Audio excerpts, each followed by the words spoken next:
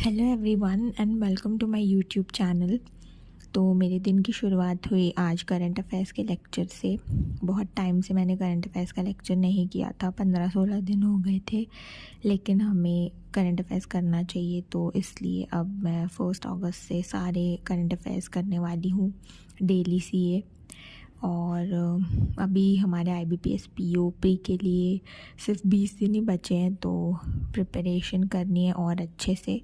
जो जो चीज़ें मेरी रह गई थी SBI PO प्री के, मतलब जो टॉपिक्स रह गए थे मैथ्स के, तो वो सारे मुझे कवर करने हैं। वैसे तो 2 ही टॉपिक्स रह गए थे मेरे, तो वो मैं करने वाली हूँ। इसके बाद मैंने पज़ल शुरू कर दी थी बाय अंकुश लांबा सर। तो फिर यहाँ पे मैं पज़ल सॉल्व कर रही थी, क्योंकि रीजनिंग में मेरी स्पीड कम है, मैथ में भी कम है, पर एग्ज़ाम में मैं रीजनिंग में फंस जाती हूँ। पज़ल मेरे थोड़े लेट होते हैं, तो फिर इसलिए मैं अब से रोज़ प्रैक्टिस भी करूँगी पज़ल की, कि मिनिमम 20 तो सॉल्व करने ही है एवरी डे। मतलब मैं पहले भी सॉल्व करती थी, बट 20 तक नहीं करती थी, लेकिन अब से करेंगे। और बस जो सर ट्रिक्स बताते हैं अपनी वीडियो में, वो सारी याद रखनी है। ट्रिक्स मतलब वही कि स्मार्टली कैसे करना है, तो वही मैं देख रही थी कि पैरेलल अरेंजमेंट का पलटने वाला कंसेप्ट, तो वो बहुत यूज़फुल है। तो फिर आप लोगों को भी देखना चाहिए अगर आप लोग भी स्लो हो पैरेलल सिटिंग अरेंजमेंट में। और मतलब वैसे तो मैंने ऑल टाइप्स के ही बनाए थे, मिसलेनियस वीडियो देख रही थी मैं। और इसके बाद मैंने परफेक्शन की क्लास भी की थी, मोस्टली पैराजम्बल्स की, क्योंकि पहले मेरे पैराजम्बल सही हो रहे थे, पर बाद में वो मिक्सअप हो रहा था थोड़े मॉक्स में, मुझे समझ नहीं आ रहा था, मतलब शुरुआत के पर एंड में मिक्स हो जा रहे थे सेंटेंसेस। तो मैंने पैराजम्बल की मेंस वाली वीडियो देखी। एंड उसके बाद मैंने स्पीड मैथ भी सॉल्व किया, क्योंकि स्पीड मैथ में भी मेरी स्पीड कम है, तो मुझे वो फास्ट करनी है। अब से रोज़ मैं स्पीड मैथ सॉल्व करूँगी। इसके पहले मैंने नहीं किया है, मैंने नेग्लेक्ट किया है, पर अब मैं करूँगी ज़रूर। और जब मैं SBI PO का प्री एग्ज़ाम देने गई थी, तो शुरुआत में बहुत एक ब्लंडर हो गया था, तो वो मैं एक दूसरे वीडियो में बताऊंगी कि कैसे क्या हुआ था मेरे सेंटर पे, तो वो भी एक बहुत बड़ी बात है। बाकी मोस्टली मेरा इंग्लिश का सॉर्टेड है। 120 रूल्स ऑफ ग्रामर से ही आते हैं ज़्यादातर, एरर डिटेक्शन और RC भी मेरा सही है, तो इंग्लिश में मैं ज़्यादा ध्यान नहीं दूंगी, मतलब सिर्फ पैराजम्बल्स और एरर डिटेक्शन, क्योंकि मेरा मैथ और रीजनिंग मुझे उसमें स्पीड फास्ट करनी है इसलिए। और उसके बाद मैंने वोकैबलरी का भी वीडियो देखा था, एडिटोरियल का, वो मैंने आधा ही देखा था, क्योंकि वो मैं रात में देख रही थी। तो फिर उसके बाद मुझे एक सेक्शनल मॉक भी देना था इंग्लिश का। वैसे तो मुझे फुल लेंथ मॉक देना था, लेकिन मैंने नहीं दिया, फिर मैंने सेक्शनली दे दिया इंग्लिश का। IBPS PO 2026 का जो फोल्डर है गाइडली में, उसी का पहला जो सेक्शनल टेस्ट है इंग्लिश का 1 नंबर वाला, वो मैंने दिया।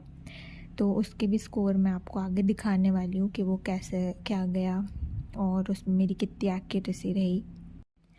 तो जब मैं ये इंग्लिश का सेक्शनल मॉक दे रही थी, तो मैंने काफ़ी अटेम्प्ट किए, लेकिन एरर डिटेक्शन फिर से थोड़े बहुत रह गए, क्योंकि जिसमें मैं श्योर नहीं होती हूँ फिर मैं वो मार्क नहीं करती, क्योंकि फालतू में फिर नेगेटिव मार्किंग ही होती है।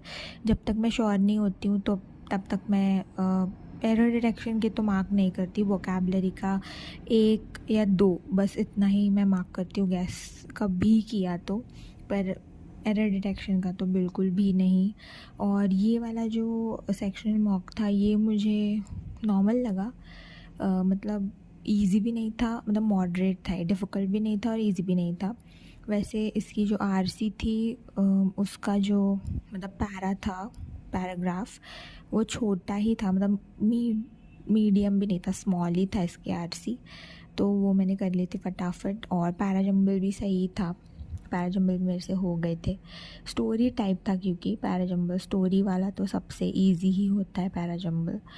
और सॉल्व करते टाइम मुझे आदत है ऐसे बोलने की, तो इसलिए आप लोगों को अजीब ना लगे, इसलिए मैं पहले ही बता रही हूँ कि मैं क्वेश्चंस को ऐसे पढ़ती हूँ खुद ही और उसके बाद में आंसर करती हूँ। और मैं कोशिश करती हूँ कि मैं 30 सेकंड के अंदर ही हर एक क्वेश्चन करूँ, एरर डिटेक्शन या फिर जो मिसलेनियस होते हैं, क्योंकि वो सही रहता है। 30 सेकंड में आप 2 बार पढ़ भी लेते हो सेंटेंस। तो वैसे वही मेरी स्ट्रैटेजी है जैसे निमिषा मैम ने बताई थी, क्योंकि मेरे पास करेंटली एस ऑफिसर की सब्सक्रिप्शन है, तो मैं उन्हीं चारों टीचर्स को फॉलो कर रही हूँ। आप लोग भी मुझे बताइए कि आप किन किन टीचर्स को फॉलो करते हैं कमेंट्स में, और आप लोग करंट अफेयर्स कहाँ से पढ़ते हैं। अगर आपको अच्छा लगता है जो भी प्लेटफॉर्म, तो आप मुझे बताइए।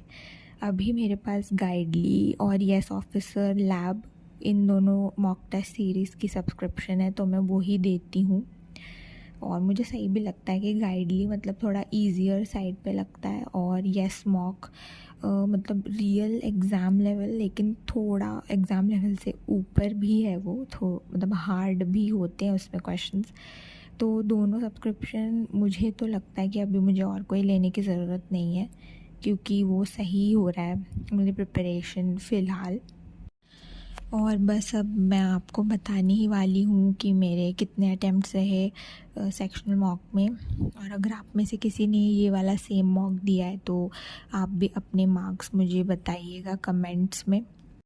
मैंने टोटल 26 अटैम्प्ट किए थे, जैसा कि आप देख सकते हैं, जिसमें से मेरे 2 रॉन्ग आ गए थे। तो एक्यूरेसी तो सही लगी मुझे मेरी, क्योंकि 2 ही क्वेश्चन रॉन्ग हुए थे, वो भी नहीं होने चाहिए थे, पर फिर वो मैंने लगा दिए थे ऐसे ही कि मतलब उसके मैं श्योर नहीं थी, फिर भी मैंने मार्क कर दिए थे, तो इसलिए। तो जैसा कि आप देख सकते हैं, इसमें से एक मेरा रॉन्ग हो गया था एम्पेरिकल का सिनोनिम बताने में, तो मैंने थ्योरी वाला भी टिक कर दिया था, जबकि मुझे पता था कि वो नहीं होगा, फिर भी मैंने ऑल 3 कर दिया था। तो एक वो गलत हो गया था, और दूसरा मेरा टैंडम वाला गलत हो गया था। मुझे एक ही मीनिंग पता था उसका, टैंडम का। तो आगे के सेक्शनल मॉक में मैं ज़रूर ध्यान रखूँगी कि ऐसे कुछ भी ना टिक कर दूँ, 2 रॉन्ग हो गए क्योंकि। तो बस यही था आज का मेरा वीडियो। लाइक शेयर सब्सक्राइब, और मैं आपको मिलती हूँ अगले वीडियो में। बाय।